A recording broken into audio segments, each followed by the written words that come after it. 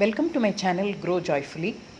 In this fourth video in the 6-part series, I will demonstrate how to fill a Bokashi bin gradually over a few weeks. And I will also talk about the Bokashi leachate and its uses. When you have kitchen waste in small quantities, you may fill the bin gradually over a period of 1 or 2 weeks or even more. We start the new batch in the same way as I had shown earlier. We layer the kitchen waste, lace it with uniform sprinkling of Bokashi bran all around. We follow the same process, adding kitchen waste, layering with bran, and pressing the mix hard after 2 inches. You may notice that I don't shred greens waste at all. Of course, smaller the size, the better it is, but Bokashi does tolerate food particles of larger sizes in stage 1.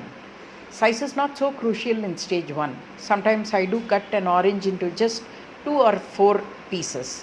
While this does not matter in stage 1, so long as I do uniform sprinkling of Bokashi bran, this may delay aerobic decomposition in stage 2. Finally, always cover the top with plastic sheet in order to provide anaerobic ambience for the mix added. From now on, you may collect the kitchen waste periodically, daily, once in 2 days or 3 days, and fill the Bokashi bin. Every time you open the bin, please ensure that you complete the filling process as quickly as possible. This is important because we would like to minimize exposing the kitchen waste that is already in the bin to air. So keep the kitchen waste and bran ready next to the bin. Open the bin, fill as quickly as possible, and close the bin immediately. Every time you fill your Bokashi bin, I request you to start observing a couple of points. These indicate that your stage 1 is progressing well, successfully. First, the smell inside the bin. There should not be any foul smell at all. You may start getting a vinegary smell. A sweet, sour smell you may have to get used to, but no obnoxious smell at all. Second, there should not be any maggots, houseflies, fruit flies, insects, etc. inside the bin. The presence of these implies aerobic ambience, and that will adversely affect the fermentation process. I will explain troubleshooting scenarios in a different video. What are the reasons for Bokashi stage 1 to fail, and what are the corrective measures we can take? As you progress with filling up the bin, you may make a few more observations. Sometimes you may find a white cotton-like appearance on top. This is the result of breeding filamentous bacteria in Bokashi. This white mold formation is not mandatory. It's a sign that the microbes are thriving and multiplying in your bin. That's all. Blue, black or green mold are a strict no-no. They are a sure sign of a failed batch of pre-compost. The second observation is that you will find the color and shape of the mix that you put in does not change in the airtight bucket.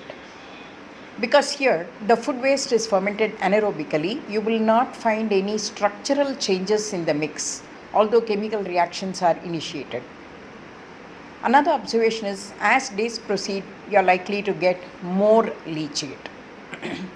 You will also observe that the volume of the mix reduces as the leachate is extracted. As you fill the bin every day or once in 2 or 3 days, you may take 1, 2 or 3 weeks to fill the Bokashi bin.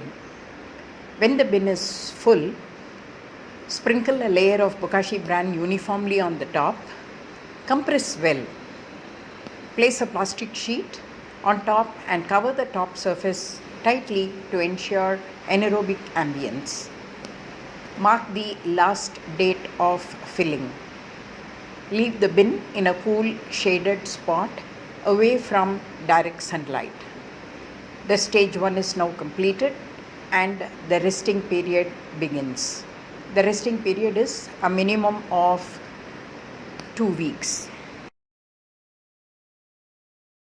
Bokashi leachate is also called as Bokashi tea, brew or Bokashi juice.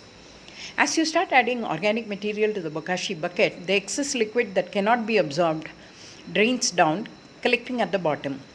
This bokashi leachate is a mixture of everything that went into the bucket: the excess liquid, microorganisms from the bokashi bran, the byproduct and waste of all those microorganisms, and much more.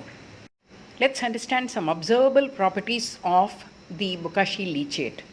The color depends purely on what got into the bin. I have observed leachate in many colors and hues. It's usually orangish or yellowish. It can be greenish when you have a lot of green vegetables and greens. It can be brownish if you add fruits like sapota. It can even be pinkish if you add more watermelon, pomegranate, etc.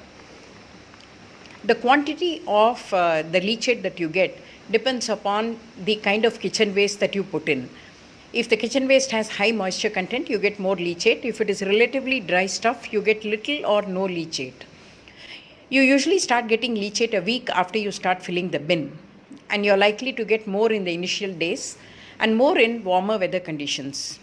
So do not be concerned about the quantum of leachate that you get.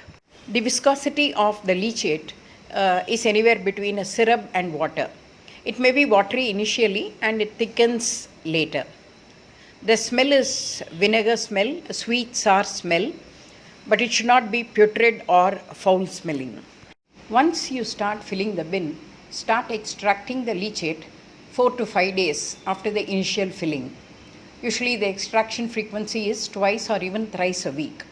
It's extremely important to note, do not let the bokashi juice sit for too long inside the bin because the mix will start to smell foul. The leachate has two uses. One is for the plants.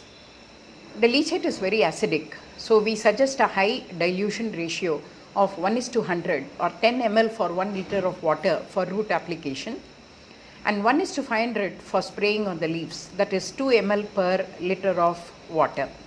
Please avoid using the leachate for small plants. Try out on a small patch and check if the leaves are burning.